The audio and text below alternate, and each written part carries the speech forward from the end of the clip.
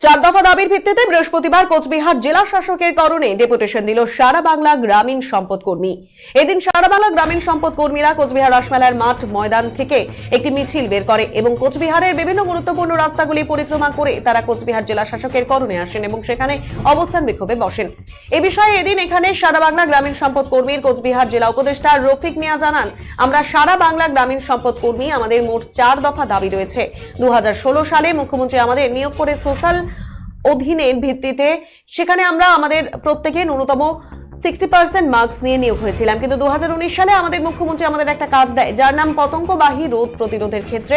সেখানে আমরা অনেক নিষ্ঠার সাথে ভালোবেসে কাজটি করেছি, কিন্তু আমরা নিয়মিত কোনো বেতন পাচ্ছি না। সেখানে আমাদের 3-4 মাস পর পর আমাদের বেতন দেওয়া হচ্ছে এবং এখনো আমাদের 4 মাসের বেতন রয়েছে। তাই আমরা ডিএম সাহেবের মাধ্যমে পশ্চিমবঙ্গের মুখ্যমন্ত্রী মমতা বন্দ্যোপাধ্যায়ের কাছে ডেপুটেশন দিচ্ছি।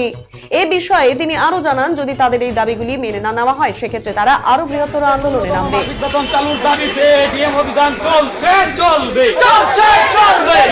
কর্মী 2016 সালে মুখ্যমন্ত্রী আমাদের নিয়োগ করে সোশ্যাল অডিটের ভিত্তিতে, যেখানে আমাদের প্রত্যেকের 60% ন্যূনতম মার্কস নিয়ে আমরা নিয়োগ হয়েছিলাম।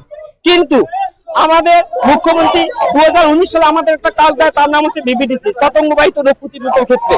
সেখানে আমরা অত্যন্ত নিষ্ঠার সাথে খুব ভালোবেসে কাজটা করতেছি, কিন্তু আপনারা নিশ্চয়ই অবগত আছেন সাংবাদিক বন্ধুরা প্রত্যেকেই, যে আমাদের নিয়মিত কোনো রকম আমরা বেতন পাচ্ছি না। যেখানে 3 মাস 4 মাস 5 মাস পর পর আমাদের বেতন দেওয়া আছে, এখন আমাদের 4 মাসের বেতন ডিউ রয়েছে। তাই আমরা চাচ্ছি, আমাদের কর্ম নিশ্চয়তাও নেই, আমাদের নিয়মিত বেতনও নেই, আমাদের শনিবার রবিবার ছুটি বলে কোনো কথা নেই। তাহলে আমরা তো মানুষ, তাই আমরা আজকে আসছি ডিএম অফিসে একটা স্মারকলিপি প্রদান করবো। সেখানে অবস্থান বিক্ষোভের মাধ্যমে মুখ্যমন্ত্রীর কাছে আমরা করজোড়ে অনুরোধ করতেছি কুচবিহার জেলা কমিটির পক্ষ থেকে, যে মুখ্যমন্ত্রী 2019 সালে লোকসভা ভোটের আগে উনি নিজেই কথা দিয়েছিল এই কুচবিহারে এসে যে বিএলপিতে আফটার ইলেকশনের পরে একটা সিস্টেমের মধ্যে নিয়ে এসে মাসিক বেতনের ব্যবস্থা করব।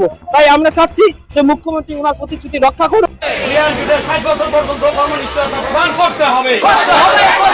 বিএলপিদের 60 বছর কর্মনিশ্চয়তা প্রদান করতে হবে।